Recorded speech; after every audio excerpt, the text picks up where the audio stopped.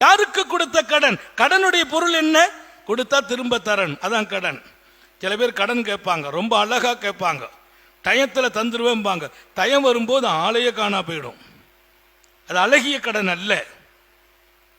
தருவேன் என்று கால தாமதப்படுத்துவதும் அழகிய கடன் அல்ல. அல்லாஹ் சொன்ன வார்த்தை அழகிய கடன். கடனை மட்டும் யார்ட்டையும் வாங்காதீர்கள். கடன் வாங்கி வியாபாரம் செய்ய நினைக்காதீர்கள். கடன் வாங்கி வாழ்க்கையை நடத்த நினைக்காதீர்கள். அது இழிவான வாழ்க்கை என்று எழுதுகிறார்கள். அந்த வாழ்க்கை இழிவு. கடன் ஆபத்தானது. அன்பை முறிக்கும், உறவை பகைமையாக்கும், நெருக்கத்தை விலக்கிவிடும். இன்னும் சொல்வார்கள், கடன் உன்னை பொய் சொல்ல வைக்கும், அவமானங்களை ஏற்படுத்தும். ஏன் கடன்? இருப்பதை கொண்டு பொருந்திக் கொள்ளுங்கள். சின்ன வியாபாரம் ஹலாலாக நடக்கட்டும், கடன் இல்லாமல் நடக்கட்டும்.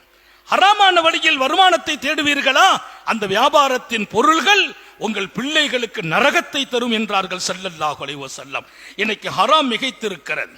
தப்பான வழிகளில் ஏதோ ஒரு வழியில் அங்கிருந்து இங்கிருந்து புரட்டி போட்டு அப்படியெல்லாம் வியாபாரங்களை நடத்துபவர்கள் எச்சரிக்கை.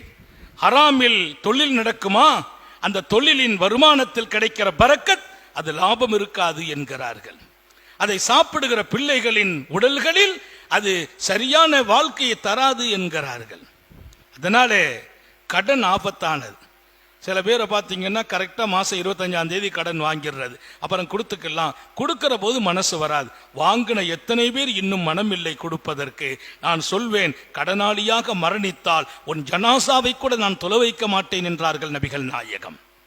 நீ கடனாளியாக மரணித்தால் மன்னரை சுகமாகாது என்றார்கள். ஏன்? அவன் ஏங்கிக் கொண்டிருப்பான். அவன் பணத்திற்கு வழி என்ன? உனக்கு தந்தவனுக்கு என்ன பதில்?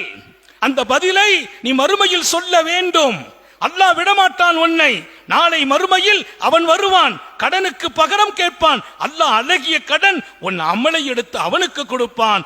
அவன் நரகம் போக வேண்டியவன் சொர்க்கம் போவான். சொர்க்கம் போக வேண்டிய அமல் கொண்டு வந்த நீ நரகம் போவாய். ஏன்? நீ அவன் கடனை ஏமாற்றி இங்கே மரணித்ததால் உனக்கு நரகம். எத்தனை கடுமை! நம்ம வாழ்க்கையில் ஒரு முடிவு எடுக்கணும்.